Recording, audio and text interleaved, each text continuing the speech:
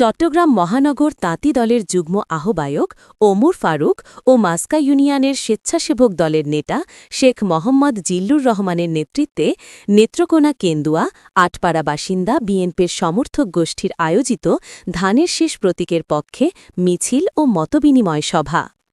নগরীর ইপিজেড থানার ৩৯ নং ওয়ার্ডস্থ সিডিএ রিং রোড এলাকায় নেত্রকোনা কেন্দুয়া আটপাড়া বাসিন্দা বিএনপি সমর্থক গোষ্ঠীর আয়োজিত ধানের শীষ প্রতীকের পক্ষে মতবিনিময় সভার আয়োজন করা হয়েছে। উক্ত সভায় উপস্থিত ছিলেন মোহাম্মদ ওমর ফারুক, যুগ্ম আহ্বায়ক, চট্টগ্রাম মহানগর তাঁতি দল, মাস্কা ইউনিয়নের স্বেচ্ছাসেবক দলের নেতা শেখ মোহাম্মদ জিল্লুর রহমান। এছাড়া মিছিলে আরও উপস্থিত ছিলেন মাস্কা ইউনিয়ন বিএনপির সহ-সভাপতি মোহাম্মদ আঞ্জু মিয়া, কেন্দুয়া উপজেলা স্বেচ্ছাসেবক দলের যুগ্ম আহ্বায়ক মোহাম্মদ আনিসুজ্জামান আকন্দ সোহাগ, কেন্দুয়া উপজেলা ছাত্রদলের যুগ্ম আহ্বায়ক ও জুলাই যোদ্ধা শেখ মোহাম্মদ এনামুল হক এনাম। অন্যান্যদের মধ্যে উপস্থিত ছিলেন মাস্কা ইউনিয়নের ছাত্রদল নেতা মোহাম্মদ মাহবুব রহমান রকি ও মাস্কা ইউনিয়নের চট্টগ্রাম অবস্থানরত সকল নেতৃবৃন্দরা।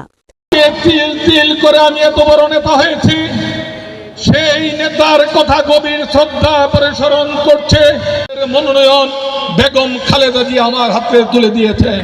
আপনারা আমার কাছে বিবেকের কাছে আমি দায়বদ্ধ হয়ে গিয়েছি আপনাদের কাছে।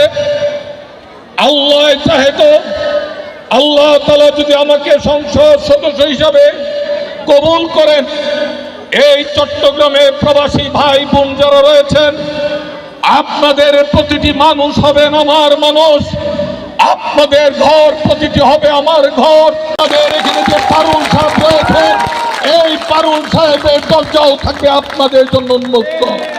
রহমানির রহিম। আজকে আমাদের নেত্রকোনা যে আয়োজিত জনসভা আমাদের করেছে, আমাদের উদ্দেশ্য একটাই যে আমরা কেন্দ্র আটপাড়া যারা আমরা ভোটার আছি, আমরা সবাই এখানে নিজ নিজ দেখতে গিয়া আমাদের আগামী নির্বাচন সামনে আসছে, হিলাল ভাইয়ের এই ভোটের জন্য আমরা নিজ নিজ দেখতে যাই আমরা ভোট দিব।